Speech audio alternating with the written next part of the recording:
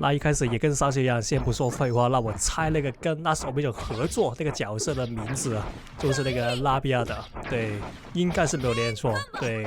那大家我是Ason啊，那今天啊，就又是來跟大家分析一下，為什麼我猜這次合作的角色就是那個拉比亞的。對，那影片開始前呢，也是那句，如果喜歡的話，先訂閱一下，謝謝。那我們就來到這次這個分析裡面，就是分析Last Obligation合作這個角色。對，其實啊，這次的話，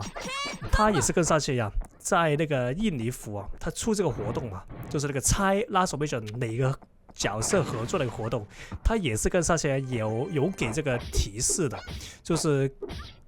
給那個關於那個角色是什麼角色的一個提示。那印尼服呢，他就給了這個，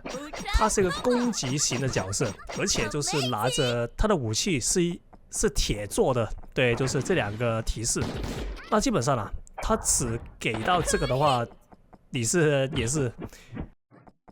這個Last Obligation他的角色那個詞裡面，他有一大堆都是這種角色，那基本上你是不會猜到。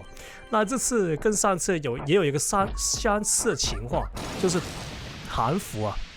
他給那個提示又是跟這個印尼服的不同。那這次就又是多了韓服這個提示啊。那韓服的話，他就給了什麼提示？那我覺得這個就比較重要一點。那但是它重要程度就沒有上次的那個韓服給提示那麼重要。那韓服這次給的提示就是他是一個生化人啊，就是反生人。對，翻譯是這樣。就基本上啊，他給完這個提示之後，就可以排除掉一大堆吧，就是一大堆的角色是有刚才那3個條件。第一就是他是一個生化人，那第二就是他的武器是一個鐵做的東西，對。那第3個就是他是一個攻擊型角色。那其實他還是有幾個是有這些特徵的一個角色嘛。那基本上就真的要猜了。但是我的話就是為什麼我會選剛才我說的那個拉比亞的？那其實啊，就沒什麼原因，那真的是純粹真的是在猜而已。因為這次他給的那些條件真的有點少，所以基本上很難鎖定某一隻這樣。那但是啊，根據我看的一些資料來說啊，那其實那個拉比亞的他的那個可能性也是蠻多的，就蠻大的。那其實有個最大原因就是原來這個，因為我沒有玩過Last Obligation，我也是看一些網絡的那個資訊來分析的，就是覺得它是一個這個遊戲裡面比較主要的角色之一啊，就是它應該是主角之類的吧，就是一些遊戲初期就是會出現的一個角色吧，應該是。那這就是第一點。那第二點就是那個 Logsiger 的那個 DC 群組裡面，已經很久之前，大概一兩個月之前，已經有人在猜，就是在這個活動出來之前，已經有人在說這個是會推出成為一個新角色的一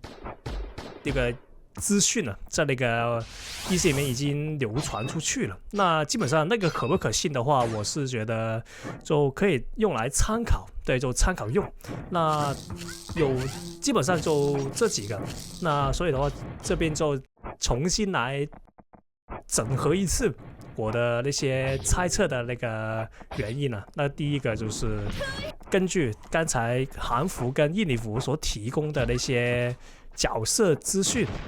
對，這個是第一點，就是什麼武器是鐵做啊，然後什麼它是一個攻擊型角色，那個攻擊型角色原來應該是這個Last Obligation裡面的一些角色分類吧，就是像3個人有分什麼傳說英雄啊，什麼一般英雄啊，什麼稀有英雄那些。